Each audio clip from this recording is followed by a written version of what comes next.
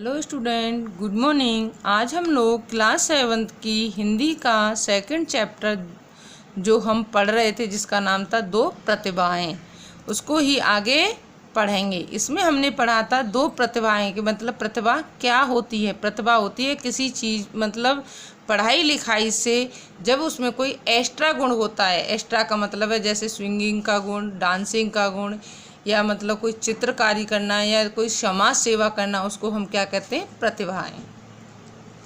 तो इसमें हमने पढ़ा था कि इसमें दो लड़कियां हैं जो एक साथ रहती हैं और दोनों के उनमें अलग अलग प्रतिभा है। एक तो समाज सेविका है और दूसरी चित्रकार है, परंतु दोनों एक साथ रहने के साथ साथ उन दोनों में मतलब फिर भी दोनों अलग रहती हैं, क्योंकि एक दूसरे से उनकी सोच नहीं मिलती है।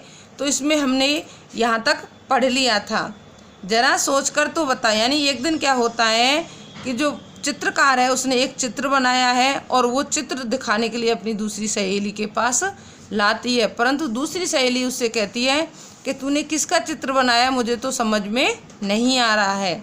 तो जरा सोचकर तो बता कि ये चित्र किसका प्रतीक है। नेहा ने आरती से कहा कि ये चित्र तेरी बेवकूफ़ी का प्रतीक है।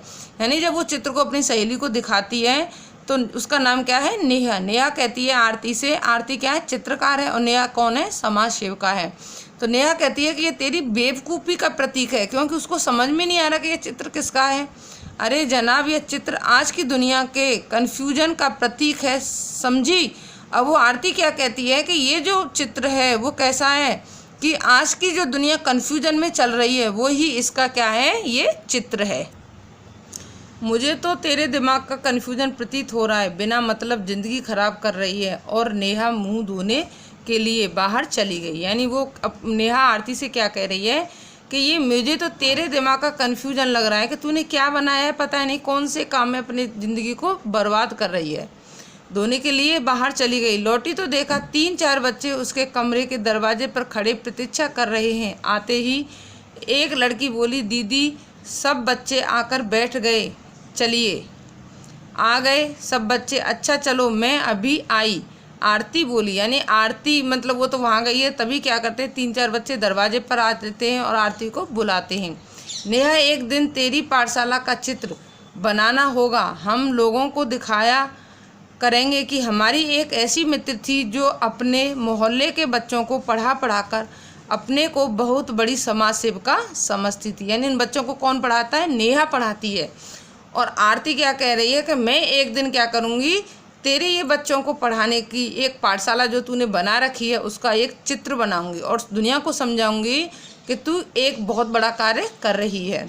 जा समझाते समझते हैं तो समझते रहें, तू जाकर सारी दुनिया में ढिढोरा पीटना। तेरी तरह लकीरें खींचकर तो समय बर्बाद नहीं करती हूँ। नेहा क्या कह रही है कि मैं बच्चों को तो पढ़ा रही हूँ, तेरी तरह मतलब फालतू का काम नहीं कर रही हूँ। नेहा ने कहा और पैरों में चप्पल डालकर बाहर मैदान में चली गई, जहाँ एक छोटी सी पाठशाला बनी हुई थी। कौन, नेहा उन बच्चों को पढ़ाने के लिए कहाँ गई है, पाठशाला में गई है। तो ये कमरा सेट किया हुआ था उन लोगों ने। नेहा ने पाठशाला से लौटकर कमरे में बहुत धीरे से प्रवेश किया, जिससे आरती की नींद न खराब हो। पर आरती जाग रही थी। दोपहर से ही नेहा बिना कुछ खाए पिए बाहर थी। उसे नींद कैसे आती भला। मेस से उसका खाना लाकर उसने मेज पर ढककर रख दिया था। नेहा के आते ही वह उठ बैठी और पूछा, क्या हुआ नेहा, बहुत देर लग गई। यानी मतलब उसने, नेहा ने सुबह से कुछ खाना नहीं खाया था। वो दोनों एक रूम में रहती थी, तो जो मेस होता है उस मेस में से उसने नेहा का खाना लाकर रख दिया था टेबल पर। वह बच्चा नहीं बचा। आरती किसी भी तरह उसे नहीं बचा सके और उसका स्वर किसी गहरे दुख में डूब गया। यानी एक बच्चा था जो एक्सपायर हो गया और नेहा उस पर क्या हो रही है, दुखी हो रही है और आरती से कह रही है कि वो उस बच्चे को हम नहीं बचा पाए। आरती खाना गर्म करने के लिए स्टोव जलाने लगी तो नेहा बोली, रहने दो आरती, मैं नहीं खाऊंगी, मुझे ज़रा भी भूख नहीं है। और नेहा की आंखें फिर से झलझला आई हैं। तो बहुत दुखी हो रही थी उस बच्चे के एक्सपायर होने पर। बहुत ही स्नेह से आरती ने नेहा की पीठ थपथपाते हुए कहा, जो होना था सो हो गया, अब भूखे रहने से क्या होगा, थोड़ा बहुत खा ले। यानी मतलब आरती फिर भी उसे क्या कह रही है कि तू जो कुछ तुझे खवे वो खा ले, वो बच्चा जिसको जाना था वो तो चला गया।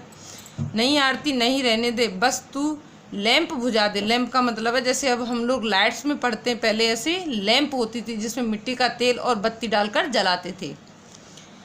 इसके बाद 2 दिन तक नेहा बेहद उदास रही, लेकिन समय के साथ साथ वह गम भी जाता रहा और सब काम ज्यों के त्यों चलने लगे। 4 बजे की कॉलेज से सारी लड़कियां लौट आईं, पर नेहा नहीं आई। आरती चाय के लिए उसका इंतजार कर रही थी। पता नहीं ये लड़की भी न जाने कहाँ कहाँ अटक जाती है। अरे क्यों बड़बड़ कर रही है, ले मैं आ गई, चल बना चाय। तभी दरवाजे से अंदर आते हुए नेहा ने कहा, यानी वो आरती उसका इंतजार ही कर रही थी, तभी क्या होता है नेहा वहाँ पर आ जाती है। तेरे विकास की चिट्ठी आई है, क्या तूने तो पढ़ ली होगी। चल हट, ऐसी बोर चिट्ठियाँ पढ़ने का फालतू समय इसके पास है। तुम्हारी चिट्ठियों में रहता ही क्या है जो कोई पढ़े। बड़े बड़े आदर्श की बातें मानो खत न हुआ लेक्चर हुआ। मतलब वहाँ पर जब चिट्ठी आई है उसकी, तो वो कह रही है कि तूने तो चिट्ठी पढ़ ली होगी। उसने कह रहे हैं कि नहीं मैं नहीं पढ़ती तेरी चिट्ठी को। अच्छा तू लिखा करना रस भरी चिट्ठियाँ, हमें तो वह सब आता ही नहीं। वह लिफाफा फाड़कर पत्र पढ़ने लगी। जब उसका पत्र समाप्त हो गया तो आरती बोली, नेहा आज मेरे पिताजी का भी पत्र आया है, लिखा है जैसे ही यहाँ कोर्स समाप्त हो जाए मैं विदेश जा सकती हूँ। मैं तो जानती थी पिताजी कभी मना नहीं करेंगे। यानी मतलब जैसे वो कोर्स कर रही थी उस चित्रकारी का, और अपने पिता से उम्मीद कर रही थी कि मेरे पिताजी विदेश जाने के लिए मुझसे मना नहीं करेंगे। हाँ भाई, धनी पिता की इकलौती बेटी ठहरी, तेरी इच्छा कभी टाली जा सकती है। पर सच कहती हूँ, मुझे तो यह सारी कला इतनी निरर्थक लगती है कि बता नहीं सकती। कौन सी कला? चित्र बनाने की कला। किस काम की ऐसी कला जो आदमी को आदमी न रहने दे। ठीक है बच्चों, आज के लिए इतना ही। अब आगे इसको हम नेक्स्ट वीडियो में कंप्लीट करेंगे। धन्यवाद।